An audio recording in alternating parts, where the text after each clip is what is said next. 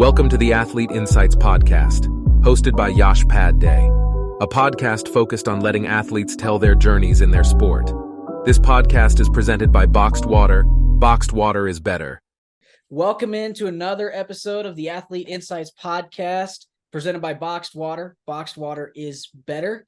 Today, I've got my guest, Brooks Talkington. He's a former defensive lineman at the University of Northern Colorado. He's now based out of Dallas, Texas now. He's a working man, as he describes himself. So, Brooks, welcome to the show. Thanks for taking the time, man. I thank you for supporting and taking the time. Thanks for having me, man. And look, I don't know if you announced it to your viewers yet, but old Yash here has gotten into coaching. So big congratulations to him. Appreciate you, man. Awesome, dude. I'm happy to be here. Thanks for having me. It's cool to see how much you're growing just in the short time we've known each other. So that's really cool. Hey, I appreciate you. I mean, from day one at UNC, I know, or from when I met you, it's been all love, all friendship, and support. Yeah. So I appreciate you on that, man.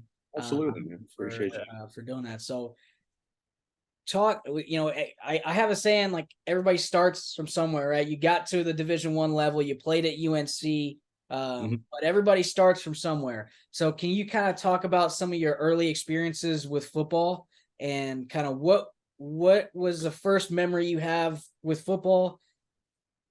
Yeah, absolutely. So what got me into it was my dad. He played tight end at Texas Tech University. Yeah. My granddad played quarterback there, and he's actually in the Texas Tech Hall of Fame. He's one of 10 QBs that's been drafted out of Texas Tech.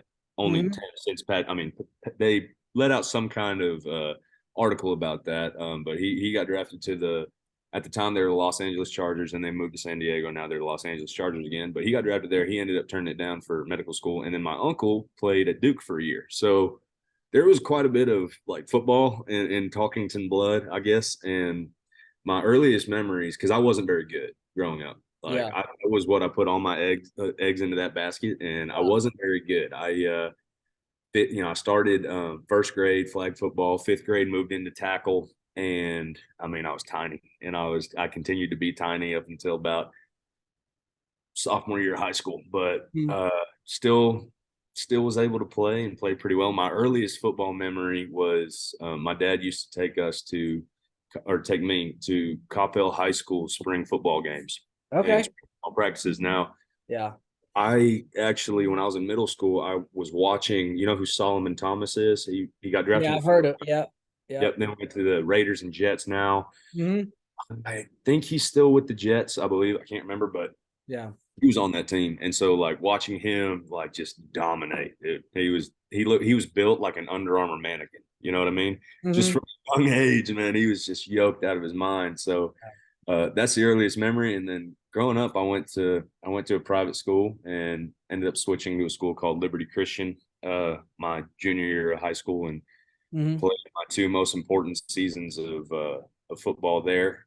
Senior year, got moved to middle linebacker, and that's kind of what got me recruited to the college level, was people being able to see I could do more than just, rush the passer, or we played both ways, so I could also block. And I kind of just got labeled as a jack of all trades, for in the college level, and it kind of stuck, because I switched positions 4 or 5 times while I was in college. So yeah. Hey, but it's great. It's great to be a jack of all trades. You can be adaptable. You talk about that in football and in life, right? You can be adaptable at many different things. It's always a good sign.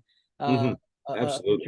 And so, when you were sticking with your youth career, who are some influential, like, coaches or some mentors that you had in your youth career? This is pre-high school.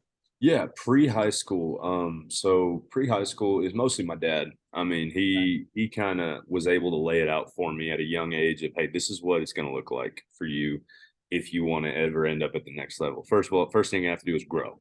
Yeah. Right. I was 5'2", 100 pounds, 7th grade, which, nothing against people who are 5'2", 100 pounds. It's just not many of them go on to play football, especially defensive linemen. So he said, obviously you're going to have to grow. So my dad was kind of the introduction to me of both football and what I'd need to do. So he said, you're going to need to put on some weight.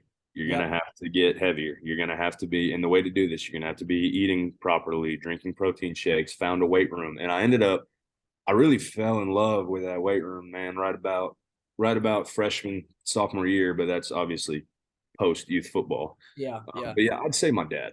My dad really laid it out for me on what it would look like. He said, if you want to stick with this, you're going to have to be doing this by high school, and you're going to have to be likely this size, and you're going to have this experience. Like he threw me into football at a young age. And I think that's super important because you learn the fundamentals and the techniques before you're old enough to get hurt, if that makes sense. Like before everybody else is huge now, you're like, okay, I'm not tackling with the top of top of my head and my head out of it. I'm not, yeah. So definitely my dad. My dad was probably in youth my biggest supporter and role model for what, laying out what it would have to look like. For sure. And did you start off at the defensive line position? You said you're 5'2", about 100 pounds, 7th grade. Did you start off at the defensive line position? Did you play any other positions when you were playing youth football? Yeah, so when I was that age and younger, I just wasn't very fast, and you're not very big. So what can you do when you're not very fast and not very big? They stick you to go rush the passer. You're just like, hey, see if you can get back there, and found a way, I guess. One of the things he definitely instilled in me at a young age was you got to give 100%, and coaches see that, or if you just do it every day, it's gonna pay off for you. So. As I got older and got more size, that was just the most comfortable position for me. I didn't move around too much. I kind of switched between O-line, D-line, and a little bit of like linebacker and sometimes some like fullback. I played fullback quite a bit in like 8th grade. And so actually once we got to college, there were a few packages where I was able to like go into that fullback position, and there was a few in high school too. But yeah, kind of moved around. I wasn't very fast, and I couldn't really catch that well. So tackling was the way to go for me. Tackling was the way to go. Because I know when I was an undergrad, and this is kind of bumping forward, but when I was an undergrad at Ball State, I had a friend of mine, Danny Pinter. He plays for the Indianapolis Colts now. Yeah. He's a tackle for the Indianapolis Colts, and he was a tight end originally, and then switched to the line. So I'm always curious with the linemen if they want to play the tight. Like usually it's a tight end position, but if they played any other position and switched into the line or what. So that's the reasoning behind my question there for you. There's nobody who signs up to be an offensive lineman. Like you can go talk to everybody, and nobody ever really wanted to be almost, at youth football, everybody wanted to be a skill position, or, the linemen are the most unselfish people on the football team because they have no hope of any glory. They only get noticed when they mess up, but they all started out as fullbacks, defensive linemen, tight ends and they were just like, look, this is where we need you. And so they sacrifice a lot to just, to be the most crucial part of the game. We wouldn't, there's no football without offensive linemen, or defensive line either. So, I mean, like, you look, I asked Joe Golden this. I asked Christian De La Cruz, who I had on earlier, this. I asked Coco, your teammate, Castanian. I asked him this as well, because I'm a big believer in offensive line and the offensive line, defensive line dynamic, because the linemen really, that's what makes football great. You mentioned that, right? Like you look at teams like Alabama, you look at teams like Georgia, you look at these college football powerhouses. It starts off at the offensive and defensive line. The reason that they're so good, reason Georgia's defense was stellar last year, is because they had a phenomenal defensive line set up. And absolutely, I'm a big believer in, if you invest as a team, if you're investing in the linemen, you're going to make the team better. The skill players are important. Don't get me wrong. No. The lineman is what kind of holds the glue there, whether it's on offense or defensive side of the ball to get the ball back to the offense. So, I'm a big believer in the offensive and defensive line dynamic. So I have an unpopular opinion. It's a bit of a hot take. Can I share it? Yeah, go ahead. NFL coaches, GMs, whatever you may say, the people who are in charge of the draft, right? You need to spend your blue chip money on offensive linemen and defensive linemen. Yeah. Those are the people. You get a really good offensive and defensive line together, that's where you need to spend your money at, right? Because you In the can pick up trenches. skill players, right? I love, I mean, and there's of course, those players that are gonna shine no matter the circumstance, so don't, it's not a end all be all, but the good skill players are great, but any skill player can be good with a good line, right? Yeah. You can take receivers who have all, if the quarterback has all day to throw, the receiver's going to get open. Yeah. So if you spend money on offensive and defensive linemen, you're going to be set. Yeah. And I've said this before with like, you look at guys like Tom Brady, who we label as the GOAT, right? And you look and in New England, I mean, he had a stellar offensive line throughout, right? Mm-hmm. Like the reason he was able to be so dominant and be so consistent, because he had like you said, he had so much time in the pocket to really throw the ball throughout his career, that he was able to get to receivers and get the ball to receivers. So offensive defensive line dynamic is key. Absolutely, because if you look at the flip side of it, on the dark side of the ball right here, the defensive lineman, if you're making it to where that quarterback has 2.5 seconds to throw that ball, it makes the corners look better. If they start throwing potatoes, it makes the linebackers look better. They're able to, turn the ball over. It's just it works for everybody, So you need to spend all your money on your offensive line, your defensive line. I'll stand by that, Yeah, for sure. Do you know how many people are wishing that they'd had picked up? I can't remember what round he went. I think he went first round, but I think he went later. Like Aaron Donald, and I might be showing my ignorance here. He may have gone earlier because I don't quite remember. But like, do you know how many people are like, man, I wish I'd gotten that guy. Yeah, because he was the most blocked person in the league. He was getting triple teamed like 80% of the time. And when 3 people are designated to one guy, that lets everybody else be open and able to continue to. And he's continued that dominance at the NFL at the pro level. Yeah, so exactly.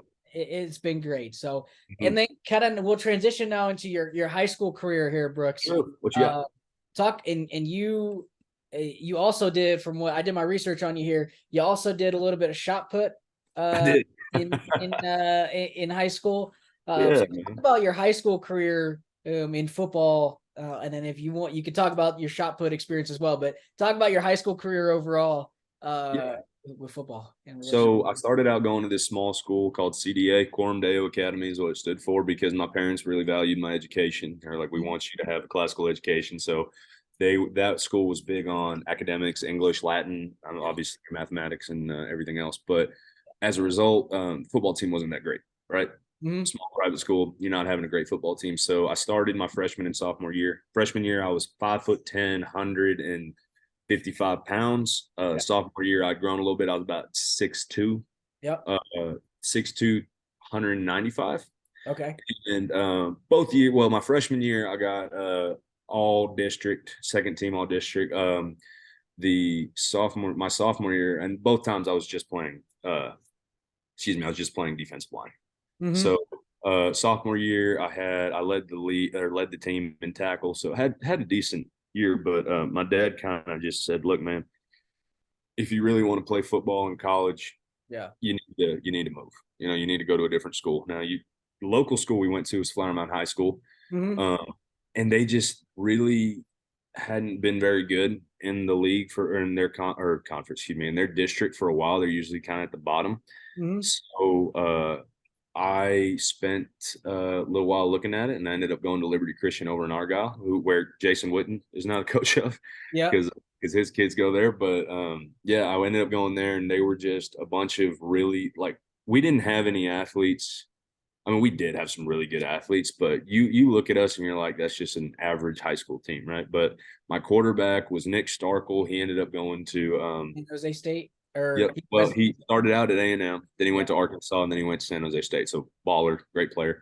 Our not our backup, he was our receiver, and then he moved to our quarterback his junior year, and that was John Copeland, and he ended up being 2-time All-American, true sophomore All-American, true freshman All-American at Incarnate Word. We had Justice Lee, who played at Arizona and Abilene Christian. We had Garrett Sawyer, who was a center at Angelo State. We had Caleb Howell, who was a linebacker at UNT. So we had some really good talent I was able to distinguish myself as well as somebody who could play pretty well. So junior year, we played in a 3-4. So I was a 4I, and I was only 215. So it's a little tougher to play a 4I at that, because almost probably a third of the district had 300 pounds across the board for an offensive lineman, which is rare for high school. But something a lot of people don't know is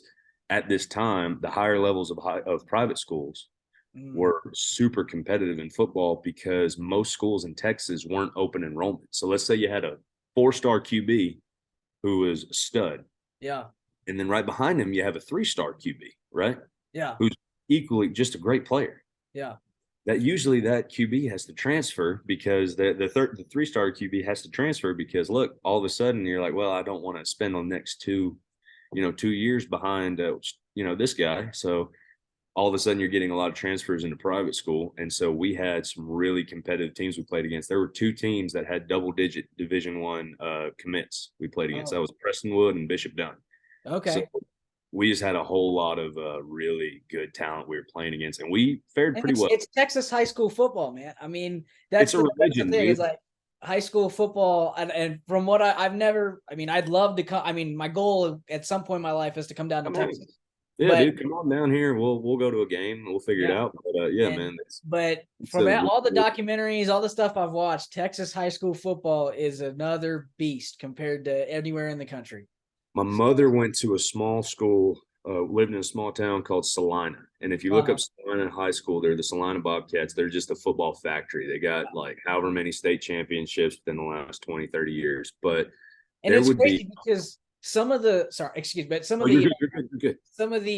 stadiums, the high school stadiums, look better than the college stadiums in some. Oh yeah, absolutely. No, dude, we take it super serious down here, to the point where like everybody shows up to town, like from the whole town. If it's a small town like Salina, the whole town shows up, and like whole streets were robbed on Friday nights because everybody's like at the football game. Yeah. So yeah, it's bigger than Christmas Day down here, man. Football is a big deal. Hey folks, if you haven't heard, I've partnered with Boxed Water. Boxed water is better because it's made from 92% renewable material. It also comes in a variety of flavors such as grapefruit, cucumber, lemon, and their newest summer flavor, watermelon. So head on over to boxedwaterisbetter.com and grab some boxed water for yourself today.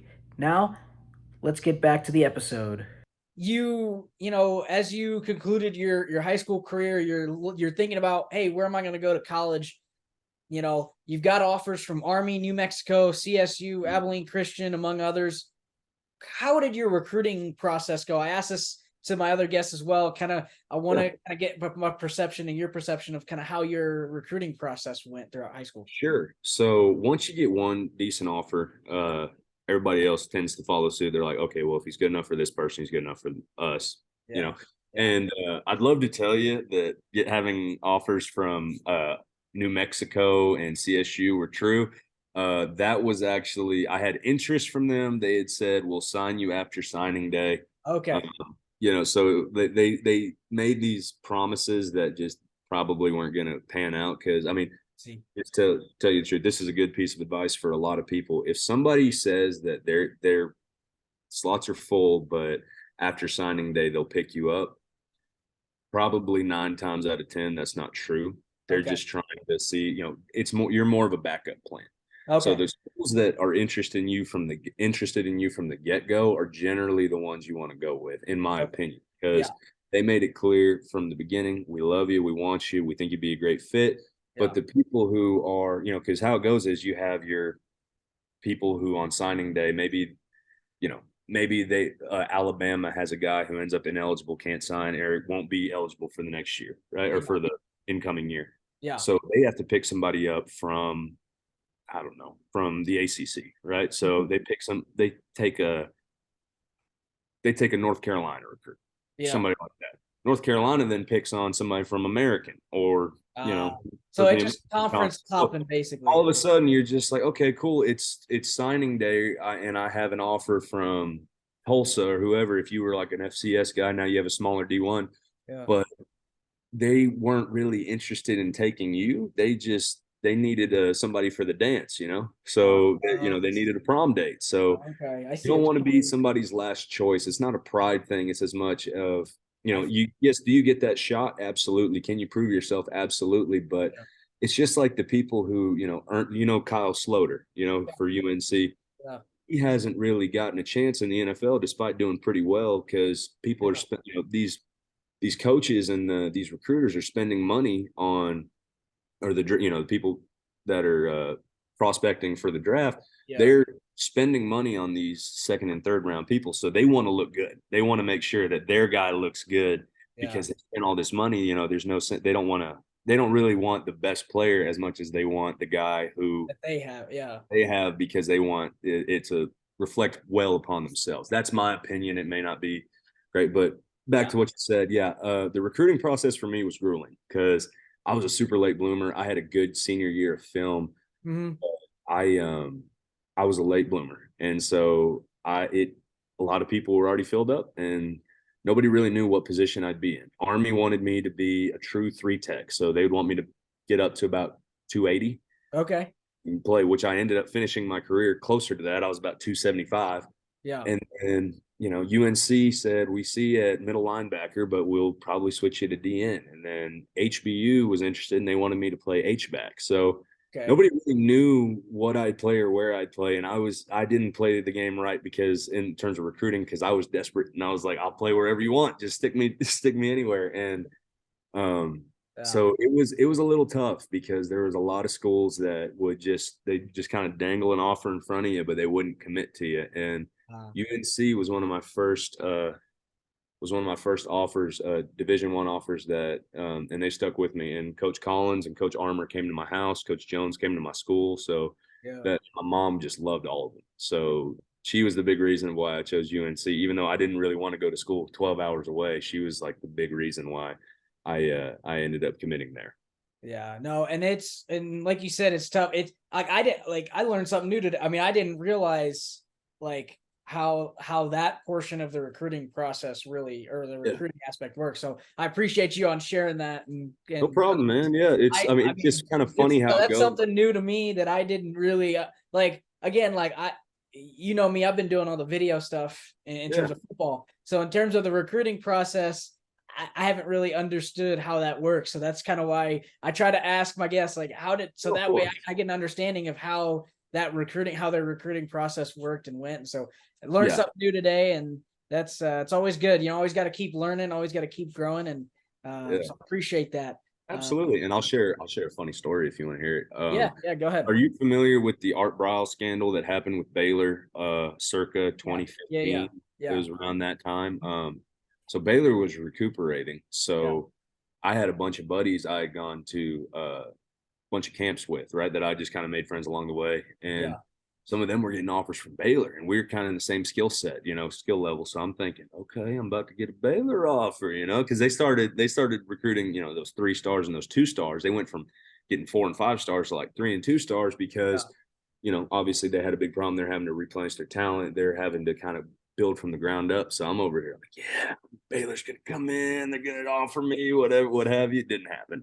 So I was pumped about it. Well, I mean, it was a horrible tragedy that happened, and I'm not in any way condoning what Art Briles did and what happened. What I am saying is I thought it was going to turn out well for your boy, and it did not.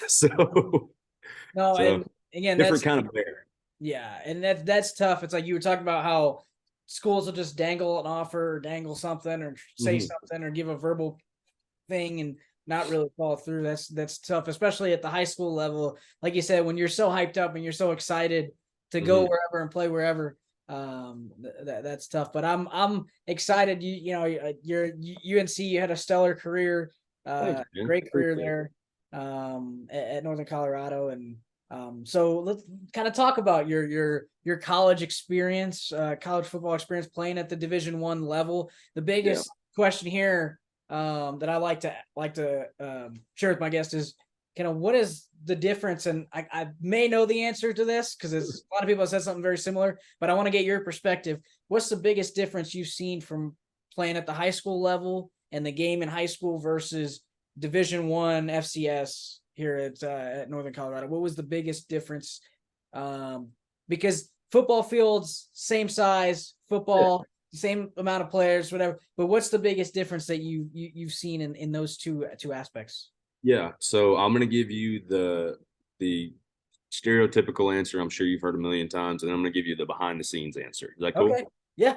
So the first answer is the speed of the game, Yeah. because, and I'm sure you heard that a million times, but it's the truth, because you think of, what I go back to is all the best players I played against in high school, right? All of them, imagine every single of those one of those players 3 or 4 years down the line, that's who you're walking into on your team. Everybody there was the best player on their team, or top two. Like they were some of the best in their high school, best in their conference, whatever it may be, and they're from all over the place. So you walk in and you're competing with just top talent from all over the country. And so the speed is so much faster. Mm-hmm. On top of that, the behind the scenes answer is how much time you really dedicate to it. So in high school, you have your 8 hours of school, 3 hours of football, you go home, whatever it may be, and or however your high school is divides its time up. And you have your workouts, in that time, right?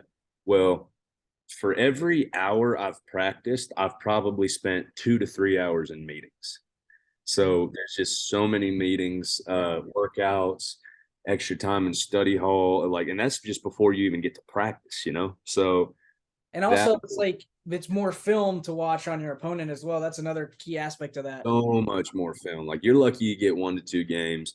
We would go into the first week of every season, and we'd only have like one film, like one game, and it was from playoffs year before for our opener, right? In high school, you're looking at just 11, 12, 13 games, just a whole season before you even enter. This is fall camp. You got a month till you play, and you've already watched their entire last season 4, 5, 6 times over. And so, tons of film to watch, a whole lot of film to watch.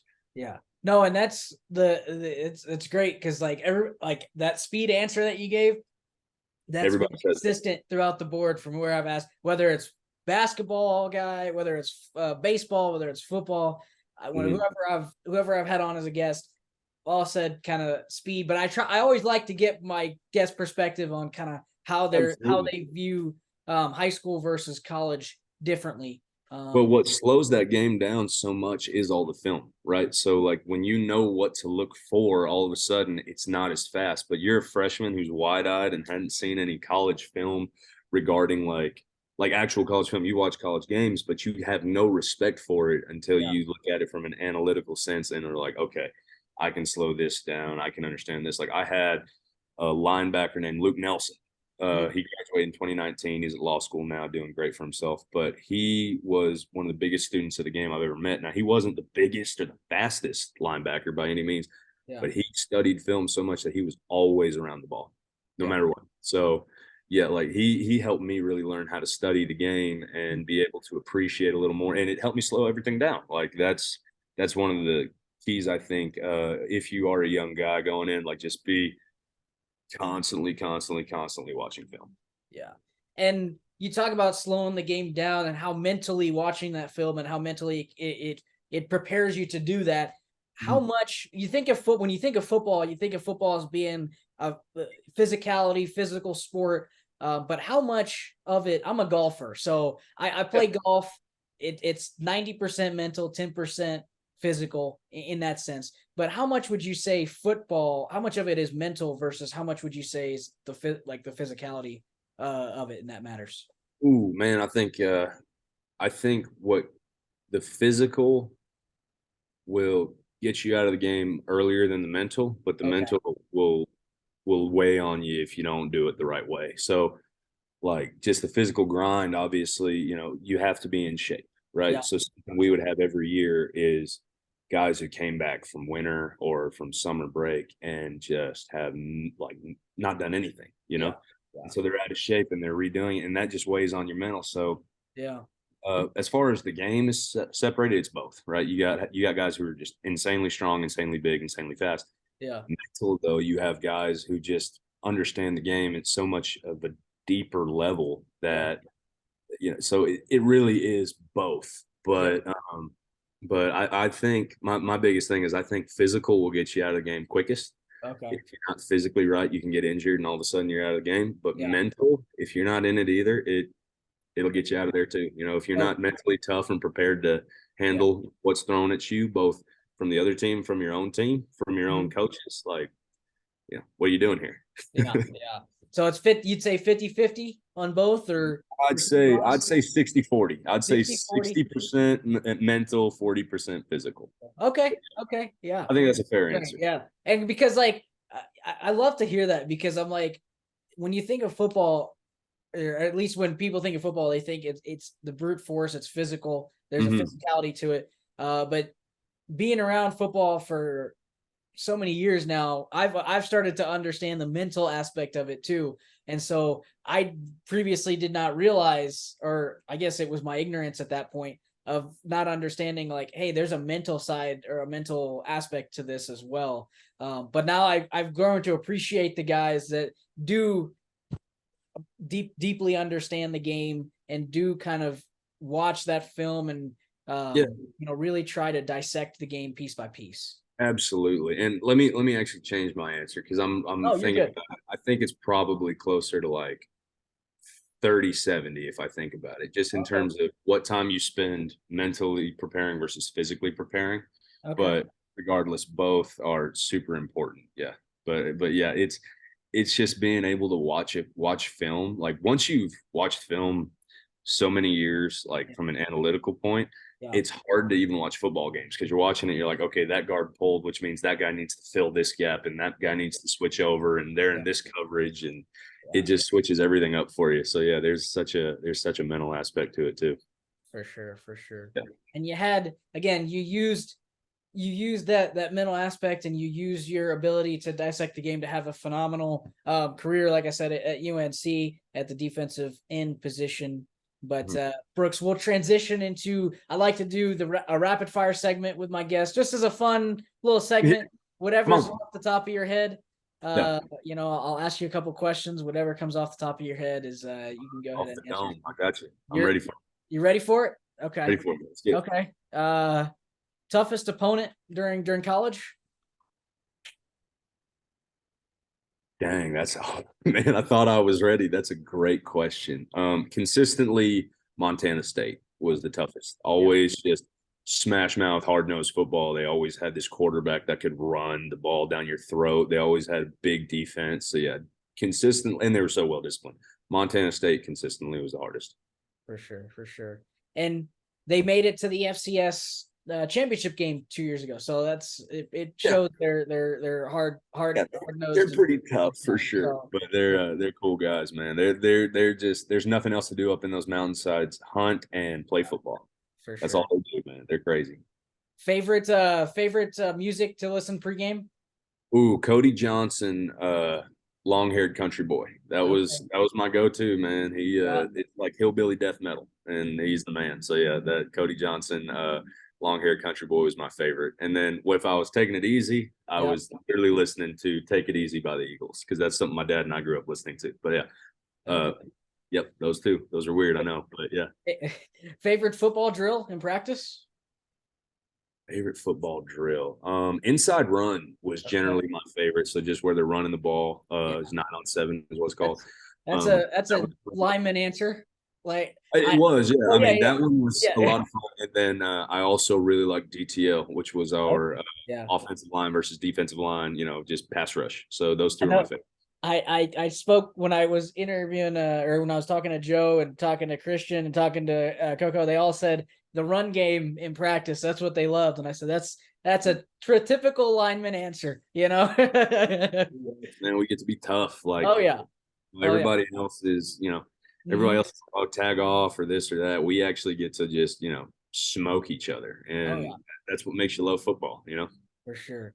You mentioned Montana State as your toughest opponent, but what's been your favorite football stadium to play in at the college level? I would also say Montana State, because I played at CU, and that was a fun game. Played Washington State. That was a fun game. I played at a couple games back in my home state of Texas, but Montana State was electric. They absolutely brought it every single time. They were hyped up. They were juiced. Their student section was, I mean, they were yelling obscenities at me that I couldn't even repeat on this show. But it was awesome. Like you actually felt, you walk into that stadium and you're like, I'm in enemy territory right Yeah. now, and it just gets your blood going, man. For sure. For sure. Yeah. Yeah. And favorite, you mentioned prior to us starting and talking, and prior to you being on, we chatted off the air a little bit. You mentioned Friday Night Lights and the connection with Friday Night Lights. What's your favorite football movie or documentary or football related film that you've seen? Man, this one's easy because my dad and I watched it before every single football season, and I continued that tradition in college. Remember the Titans. Could quote that movie word for word with you. That's my favorite. That's my favorite movie too, dude. I'm It's not the gonna best lie. one. That gets me excited to go watch or play Madden or go watch football or do Yeah, dude. It's so. just and it's based off a true story, which makes it cool. But it's just heartwarming, man. Like people don't really understand how true it is that football can bring people together, right? Obviously, that was amidst segregation, or desegregation, so it was a touchy time. It was really volatile, but in all honesty, like I think the world's problems could be solved in a football locker room because everybody's uniting for one common good, one common goal, and you don't really see that a lot anymore. For sure. And I know you're out of football now, but during football season, you guys have a strict diet. You guys got to eat certain foods, certain meals, certain times of the day. But on any given cheat day, what was your favorite cheat meal during Cheat meal, man. So I had to gain a ton of weight, and so I'm down to about 240 right now. I went into college at like 230, 220, 225, 230. Got up to 275. Now I'm back down to 240. Okay. Cheat meal, man. I like the good. I mean, I went to Chick-fil-A a lot. Okay. I was expecting you to say ribs, man. Oh, dude, no, that wasn't cheat meal. That's just normal every day. Oh, okay. Probably my cheat meal that I would do probably the most consistently was I like to go to what's it called? The Dugout, and get a 3-meat plate, brisket, ribs, sausage, a couple sides. I get onion rings, potato salad, sweet tea, all that. 'Cause not a lot of places serve good barbecue, and no disrespect to UNC or the greater Northern Colorado area, but not a lot of places sold good barbecue. Theirs was decent though; it was all right. So that'd probably be what my cheat meal would be. And what's the best piece of advice that you've received or you received as a player throughout your football career? Oh man, make yourself indisposable. Yeah. So when I say that, I mean, a lot of people are like, well, when they get into uncomfortable situations, they revert to, what's comfortable and what they what's comfortable and what they're good at, right? So if you're an outside linebacker and you're mostly good at just rushing the passer, right? Yeah. Mm-hmm. Well, get good at stopping that run too, right? If they can get to where they need you on the field more than they don't. Yeah. And whether that's switching positions, whether that's, trying new things, looking up the film, figuring out, studying the playbook more, right? I got to the point where I could tell you every single job everybody had in the front seven, but just make yourself indisposable and versatile enough that they'll put you on the field no matter what. For sure. That's probably the best piece of advice I'd give somebody.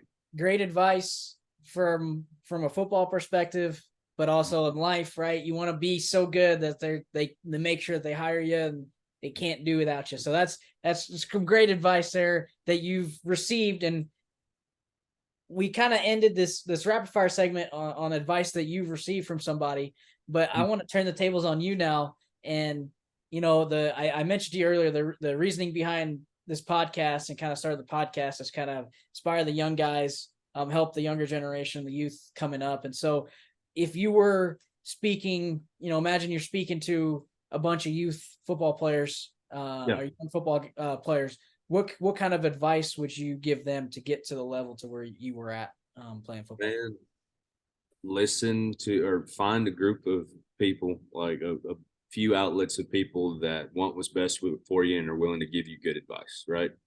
So surround yourself with people who know what they're talking about, fall in love with the weight room and the process, and be process oriented, not outcome oriented. What I mean by that is don't be oriented around where you need to be oriented around where you're at right now and the steps you can take every day to get to where you need to be. Yeah. That makes any sense. So like fall in love with spending 2 hours in the weight room, fall in love with those grueling days of practice, or doing extra sprints afterward, watching that extra film. That's the process. You fall in love with that, the rest of the game becomes a lot easier. Yeah. And you get to your goals if you keep up the process, you keep doing that, your goals. Like I know our coach at Ball State, when I was working with them on their football team, he would always say, don't worry about the scoreboard. Just keep doing what you're doing and the scoreboard will sort itself out. It's kind of that similar mentality. Is like you keep going with the process, everything else will kind of sort itself out. And if you all of a sudden you'll look up and you'll see you're exactly where you wanted to be. It just you gotta put in those dog days. And one other piece of advice is you do very well to like outlast, I should say, right? You'll have a lot of teammates come and go. I didn't finish my college career with almost any teammates that I started it with. Yeah. So, just outlast, be so tough, when other people are complaining, laugh, find a reason to smile, find a reason to push through and see the bright side of something, as opposed to joining in with all the people who are complaining and figuring out, how they're going to, shortcut something. For sure. That's great advice. Thanks, find the positivity, find the in everything, and and that's, there's going to be a lot of negative points in your life, but you got to be able to find the positivity, like you said, to where you feel, where you have that threshold for your happiness and positivity overall. So thank you, Brooks. But that's all the time that we have for this episode of the Athlete Insights podcast. I'll have your Instagram and Twitter handle at the bottom on the screen, so you guys can follow Brooks on Instagram and Twitter. You can find this podcast on YouTube. You can watch, listen on Spotify, Apple Podcasts, Google Podcasts, basically everywhere you get podcasts or podcast hosting. My podcast will be on there. So make sure to follow that and subscribe to my YouTube channel as well. But Brooks, again, I want to thank you for taking the time, man, and supporting the podcast and coming on and being open to talking about your career and kind of reflecting on career and giving some great advice to the youth football players that are coming up in the trenches. So appreciate you thanks for having me. Pleasure. And we'll see you next time.